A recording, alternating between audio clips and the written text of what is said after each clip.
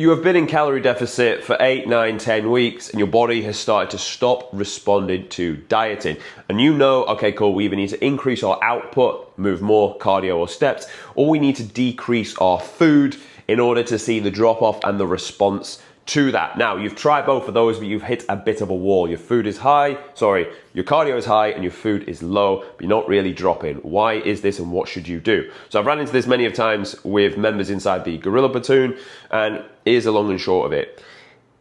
If this happens, the first thing you can do is to run, and more than likely, because you are carrying a lot of fatigue, you can run a de-output phase. So you can drop for, let's say, 2 to 3 days, take all your cardio out the plan. What this will do is it will reduce a lot of fatigue, reduce a lot of inflammation, and potentially water weight that's held.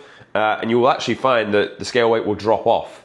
I had this with a member just before the photo shoot we did this year, and it worked very, very well for him. So we've got a de-output, the first thing.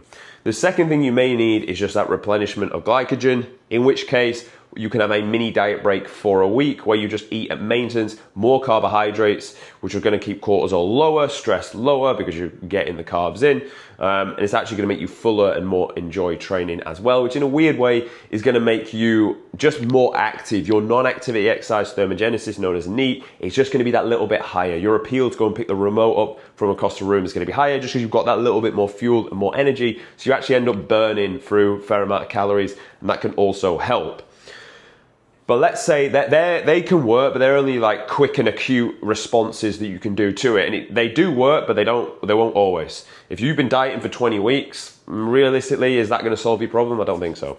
Realistically, I think you've played all your cards, you've ran out of steam, and your metabolism just wasn't, you'd fucked metabolism up that much, you were that high body fat, that little muscle, that you just didn't have enough points, i.e. turns of the wheel, increased cardio, drop of food, to actually get from where you were all the way down to the six-pack. I've had this with members, so I've had some members start like high body fat, but had enough and responded well enough to muscle growth that they got the six-pack, and I've had other members that didn't quite achieve that level of crispy leanness. So then what did we need to do? We actually just needed to reverse out, go into either a maintenance phase and then hit it again, which I've done with members, or gone into a full-on gaining phase from that point, secure more muscle, then start to cut back down again.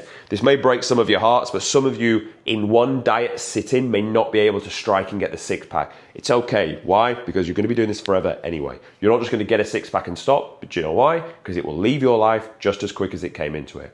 Ultimately now, if you want a six-pack, there is a life rent that you will always pay to look the way you do. It is you will walk 10,000 steps every day, pretty much no matter what phase you're in. It is you will eat clean foods and 1 gram per pound of body weight of protein every day. You will resistance train a minimum of 3 days every week. You will sleep a minimum of 8 hours every night. That's like the rent you're going to pay for your physique for the rest of your life anyway. So if you don't hit the six-pack within phase 1, it's okay, because you're going to hit it eventually.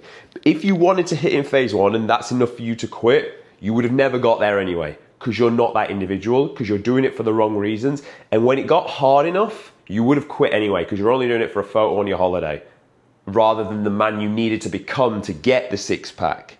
So have that mindset, and don't be disappointed that if you got down to 15%, you're on really low food, really high output, and your body's just not responding.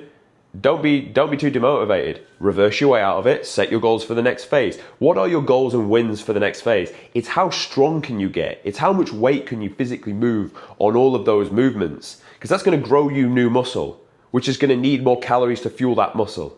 You can also, during this phase, take your food back up, train in your body to eat and need more food.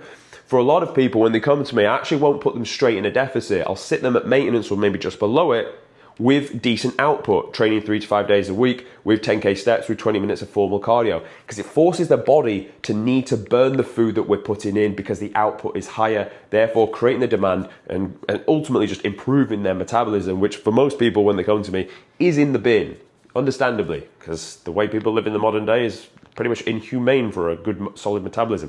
They're not moving enough, they're either not eating enough nutrients, which is more than likely the case. It's not that they're not eating enough food in general, they absolutely are, but they're not eating enough nutrients. So you could be eating 3,000 calories a day, but if the nutrient density of coming from that food is like 1.5, you're only getting 1,500 calories a day. That's the capacity your metabolism has got. The rest of it's literal garbage, and you're just storing it on your body anyway. It's an absolute like hideous sin. Heaven forbid people do this. But the point I'm making with all this is, we need to get your metabolism primed first. So if you didn't get lean enough, just know in the next phase, you're going to get your metabolism in a much, much better space. And then when you cut down the second time, you're going to have a better chance to strike and get the six pack. So in short, what happens when your body stops responding? You can either do the acute tactics, try them first, de-output, drop off fatigue through lack of cardio, run refeed to replenish glycogen.